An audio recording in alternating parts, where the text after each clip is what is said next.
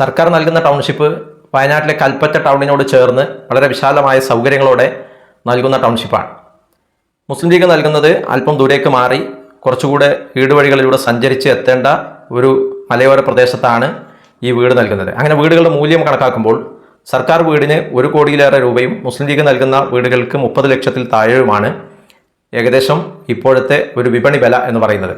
അങ്ങനെ വരുമ്പോൾ സർക്കാർ ടൗൺഷിപ്പ് വേണ്ടെന്ന് പറഞ്ഞ് മുസ്ലിം ലീഗിൻ്റെ വീട് മോഹന വാഗ്ദാനങ്ങളിൽ കുരുങ്ങിയ അവിടെ അഭയം പ്രാപിച്ച ആളുകളെ സംബന്ധിച്ച് ഒരു 70 ലക്ഷം രൂപയുടെ നഷ്ടം ഇവർക്ക് വന്നിരിക്കുകയാണ്. കുടുംബത്തെയും കൂട്ടുകാരെയും വളർത്തുമൃഗങ്ങളെയും സ്വന്തം വാസപ്രദേശങ്ങളും എല്ലാം നഷ്ടപ്പെട്ട മനുഷ്യർക്ക് പ്രത്യാശയാണെന്നൊക്കെ പറഞ്ഞ് ലീഗ് തെറ്റിദ്ധാരണ പരത്തി താൽക്കാലിക ഒരു നിർബന്ധിത അവസ്ഥയിലേക്ക് കാര്യങ്ങൾ വന്നിരിക്കുകയാണ്.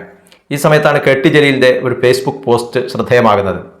കെ.ടി. ജലീൽ പറയുന്നത് അദ്ദേഹം നിരവധി തവണ പത്രസമ്മേളനങ്ങളിലൂടെ ലീഗിനെ ഈ വിഷയത്തിലേക്ക് ശ്രദ്ധ കൊണ്ടുവന്നതിൻ്റെ അടിസ്ഥാനത്തിലാണ് ലീഗിൻ്റെ ഈ വീട് നിർമ്മാണവുമായി ബന്ധപ്പെട്ടുകൊണ്ടുള്ള കാര്യങ്ങൾ മുന്നോട്ട് പോയത്.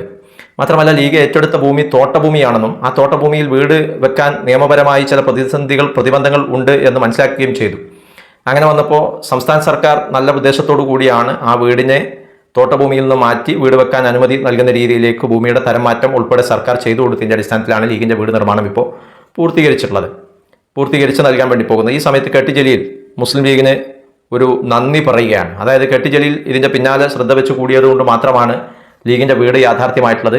അങ്ങനെ വരുമ്പോൾ അദ്ദേഹം ലീഗിൻ്റെ ഈ വീട് നിർമ്മാണവുമായി ബന്ധപ്പെട്ടുകൊണ്ട് ലീഗിനൊരു നന്ദി ആണ് കെ.ടി. ജലീൽ പറയുന്നത്. അദ്ദേഹത്തിൻ്റെ ഫേസ്ബുക്ക് പോസ്റ്റ് ഇങ്ങനെയാണ്: പകുതി വാഗ്ദാനം പാലിച്ച ലീഗിന് നന്ദി എന്നാണ്. അതായത് ഉത്തരക്കടലാസിൽ ചെറിയ തോതിലെങ്കിലും ഉത്തരം എഴുതിയ കുട്ടികൾക്ക് 1 മാർക്കിൻ്റെ ആൻസറിനാണെങ്കിൽ 1/2 മാർക്ക് കൊടുക്കുന്ന പോലെയാണ് കെ.ടി. ജലീൽ ലീഗിനൊരു നന്ദി പറയുന്നത്. കാരണം ഈ വീടുമായി ബന്ധപ്പെട്ടുകൊണ്ടുള്ള വിഷയങ്ങൾ തന്നെയാണ്. വയനാട്ടിലെ ദുരിതബാധിതർക്ക് മുസ്ലിം ലീഗ് വെച്ചു നൽകുമെന്ന് പ്രഖ്യാപിച്ച 105 വീടുകളിൽ 51 വീടുകൾ ഇന്ന് സമർപ്പിക്കുകയാണ്. പറഞ്ഞതിൻ്റെ ബാക്കി വീട് പണിയാൻ 2ാമത്തെ ഫണ്ട് പിരിവ് തുടങ്ങിയിട്ടേ ഉള്ളൂ.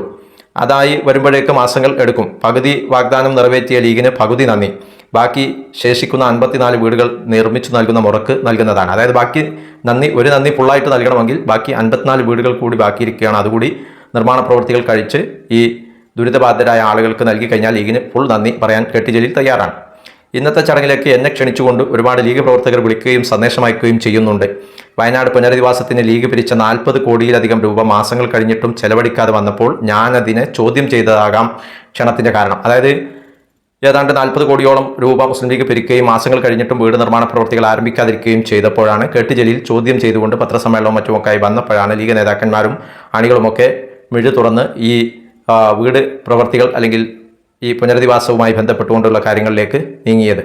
മറ്റൊരു പ്രധാനപ്പെട്ട കാര്യവും ഈ ഫേസ്ബുക്ക് പോസ്റ്റിൽ തന്നെ പറയുന്നുണ്ട്. സ്ഥലം വാങ്ങുന്നതിന് മുമ്പ് എൻ്റെ ഇടപെടൽ നടന്നിരുന്നെങ്കിൽ സെന്റിന് 50,000 രൂപയ്ക്ക് കിട്ടുന്ന തോട്ടഭൂമി 1.25 ലക്ഷത്തിന് സ്വന്തക്കാരിൽ നിന്ന് വാങ്ങാൻ ഇടനിലക്കാർക്ക് ധൈര്യം വരുമായിരുന്നില്ല. അതായത് 50,000 രൂപയ്ക്ക് വലിയ വിലയാണ്. ഏതാണ്ട് ഒരു 30,000 25,000 രൂപയ്ക്കൊക്കെ തോട്ടഭൂമി യഥേഷ്ടം വയനാട്ടിൽ നല്ല പ്രദേശത്ത് തന്നെ കിട്ടാനുണ്ട്.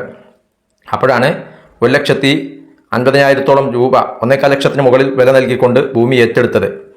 അതിനെക്കുറിച്ചാണ് അദ്ദേഹം പറയുന്നത്. ചെറിയൊരു അശ്രദ്ധ ആ സമയത്ത് അദ്ദേഹത്തിന് പറ്റി. അന്ന് ശ്രദ്ധിച്ചിരുന്നെങ്കിൽ ആ 1.25 ലക്ഷത്തിൽ അധികം രൂപ കൊടുത്ത് 1.5 ലക്ഷം രൂപ കൊടുത്ത് വാങ്ങുന്ന സ്ഥിതി ഉണ്ടാകുമായിരുന്നില്ല. ലീഗ് പ്രവർത്തകർ ക്ഷമിക്കണം. അതുകൊണ്ട് നഷ്ടമായത് സ്ഥലമെടുപ്പിലെ ബ്രോക്കർമാരായ ലീഗ് നേതാക്കൾക്ക് കമ്മീഷൻ അടിച്ചെടുത്ത 8.25 കോടി രൂപയാണ് അതിലൂടെ മുസ്ലിം ലീഗിൻ്റെ ഈ ഫണ്ടിൽ നിന്ന് നഷ്ടപ്പെട്ടുള്ളത്. അതായത് ഈ ഭൂമി വാങ്ങിയത് അധിക വില നൽകിയതിൻ്റെ ഭാഗമായിട്ട് 8.25 കോടി രൂപയാണ് നഷ്ടപ്പെട്ടുള്ളത്. വലിയ വില കൊടുത്ത് വാങ്ങിയ തോട്ടഭൂമിയിൽ വീട് നിർമ്മാണത്തിനായി തരം മാറ്റാൻ സർക്കാർ സഹായിച്ചു എന്നത് കുഞ്ഞാലിക്കുട്ടി സാഹിബ് തന്നെ പരസ്യമായി പത്രസമ്മേളനത്തിൽ വെളിപ്പെടുത്തിയത് നന്നായി. പുനരധിവാസ പേരിൽ ഇരട്ടിയിലധികം വില നൽകി ഭൂമി വാങ്ങിയത് മാലോകർ അറിയാതെ രക്ഷപ്പെട്ടല്ലോ. അതായത് സർക്കാർ ഈ തോട്ടഭൂമി തരം മാറ്റുന്നതുമായി ബന്ധപ്പെട്ടുകൊണ്ട് അനുകൂല നിലപാട് സ്വീകരിച്ചതിൻ്റെ ഭാഗമായിട്ടാണ് ആ തോട്ടഭൂമിക്ക് നിർമ്മാണ അനുമതി കിട്ടിയിട്ടുള്ളത്. ഒരുപക്ഷെ സർക്കാർ അവിടെ ഉടക്ക് വെച്ചിരുന്നെങ്കിൽ കുറച്ചുകൂടി ഈ വിഷയങ്ങൾ ചർച്ചയാവുകയും ലീഗിൻ്റെ ഈ വീട് നിർമ്മാണ പ്രവൃത്തികൾ നീണ്ടുപോവുകയും ചെയ്യുമായിരുന്നു. അപ്പോൾ ആ 8.25 കോടി സ്വന്തമാക്കിയതിന് ലീഗ് നേതാക്കൾ എക്കാലവും പിണറായി സർക്കാരിനോട് നന്ദി പറയേണ്ട അവസ്ഥയാണ് എന്നാണ് അദ്ദേഹം ഈ ഫേസ്ബുക്ക് പോസ്റ്റിൽ സൂചിപ്പിക്കുന്നത്.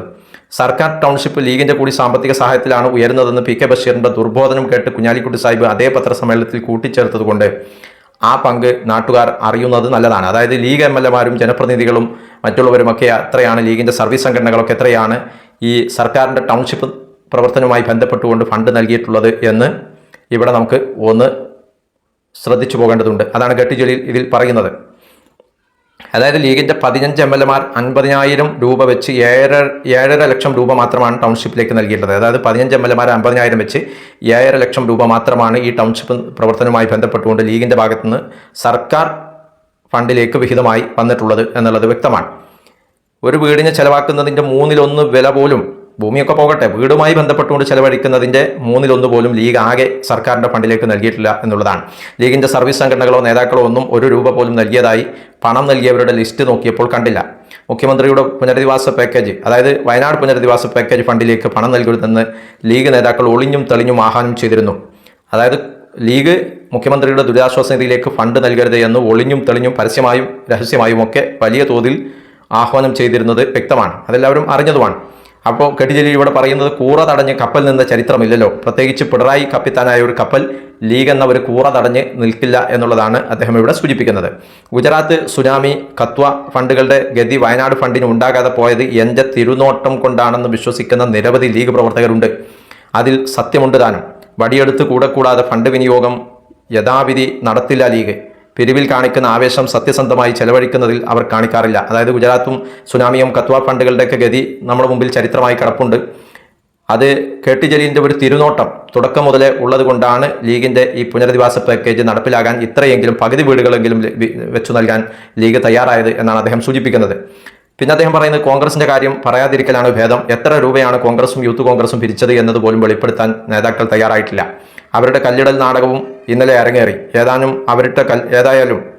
അവരിട്ട കല്ലിന് പതിറ്റാണ്ടുകൾ കഴിഞ്ഞാലും ഒരു കേടുപാടും പറ്റില്ല. ഗ്രൂപ്പ് വഴക്കുമൂത്ത് ആരെങ്കിലും കല്ലെടുത്ത് കൊണ്ടുപോയില്ലെങ്കിൽ അതവിടെ സുരക്ഷിതമായി അന്ത്യവിശ്രമം കൊള്ളും. അതായത് കോൺഗ്രസിൻ്റെ ഈ വീടുമായി ബന്ധപ്പെട്ടുകൊണ്ട് തർക്കാലിട്ട ആ കല്ല് അവിടെ അന്ത്യവിശ്രമം കൊള്ളും എന്നാണ് അദ്ദേഹം പറയുന്നത്.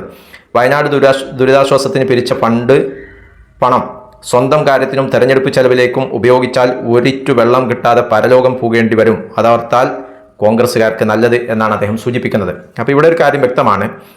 സംസ്ഥാന സർക്കാരിൻ്റെ ഈ പുനരധിവാസ പാക്കേജുമായി ബന്ധപ്പെട്ടുകൊണ്ട് വളരെ ചടുലമായ നീക്കങ്ങൾ, കൃത്യമായ നിരീക്ഷണം, മേൽനോട്ടം, ഗുണനിലവാരമുള്ള വീടുകൾ, അതിൻ്റെ അടിത്തറ മുതൽ മേൽക്കൂര വരെ വളരെ സുശക്തമായിട്ടുള്ള മേൽനോട്ടത്തോടു കൂടി വളരെ കുറ്റമറ്റ കേടുപാടുകളില്ലാതെ പുനരധിവാസ പാക്കേജ് യാഥാർത്ഥ്യമാക്കാൻ സംസ്ഥാന ഗവൺമെൻറ്റിന് സാധിച്ചു. മാത്രമല്ല അവിടുത്തെ വൈദ്യുത ഉപയോഗത്തിന് വേണ്ടി സോളാർ പാനലുകൾ സ്ഥാപിച്ചുകൊണ്ട് ആ നിലക്ക് പോലും വീട്ടുകാരെ സഹായിക്കുന്ന നിലപാടാണ് സംസ്ഥാന ഗവൺമെൻറ് സ്വീകരിച്ചിട്ടുള്ളത്. ഇതൊരു മാതൃകാപരമായിട്ടുള്ള പ്രവർത്തനമാണ്. കെട്ടി ജലീൽ പിന്നാലെ കൂടിയതുകൊണ്ട് 105ഓളം വീടുകൾ നൽകുമെന്ന് പറഞ്ഞ മുസ്ലിം ലീഗ് 51 വീടുകളെങ്കിലും വെച്ച് നൽകിയിട്ടുണ്ട്. ബാക്കി 54 വീടുകൾ കൂടി ലീഗിൻ്റെതായി ബാക്കി കിടക്കുകയാണ്. കോൺഗ്രസുമായി ബന്ധപ്പെട്ടുകൊണ്ട് പിന്നെ കാര്യങ്ങൾ പറഞ്ഞിട്ട് കാര്യമില്ല. കാരണം അവരുടെ രീതി അങ്ങനെയാണ്. ഈ ഫണ്ട് വിനിയോഗിക്കുമ്പോൾ, സംസ്ഥാന ഗവൺമെൻറ്റിൻ്റെ ഫണ്ട് വിനിയോഗിക്കുമ്പോൾ ഇതിൽ പ്രത്യേകം കാണേണ്ട ഒരു കാര്യം, DYFI മറ്റു സംഘടനകളൊക്കെ ചേർന്നുകൊണ്ട് ആക്രി ചാലഞ്ചും അതുപോലെ തന്നെ കല്ല് ചുമട് ഏറ്റിയിട്ടും മറ്റു ചാലഞ്ചുകളിലൊക്കെ ഏർപ്പെട്ടുകൊണ്ട് ആണ് ഇതിന് ഫണ്ട് കണ്ടെത്തി മുഖ്യമന്ത്രിയുടെ ദുരിതാശ്വാസ നിധിയിലേക്ക് നൽകിയിട്ടുള്ളത്. അതൊരു മാതൃകാപരമായിട്ടുള്ള പ്രവർത്തനമാണ്.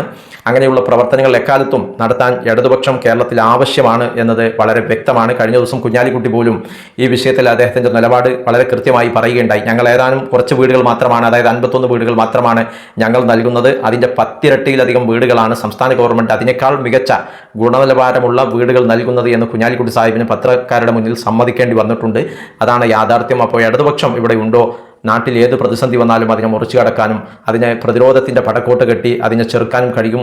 അതുപോലെ തന്നെ മാതൃകാപരമായിട്ടുള്ള പ്രവർത്തനങ്ങൾ അഴിമതിരഹിതമായി നടത്താനും ഇടതുപക്ഷം ഇവിടെ ആവശ്യമാണ്. ഇടതുപക്ഷം മൂന്നാമതും കേരളത്തിൽ അധികാരത്തിൽ വരട്ടെ. ഈ വികസനവും ഈ കരുതലും തുടരുക തന്നെ ചെയ്യണം എന്നാണ് പറയാനുള്ളത്.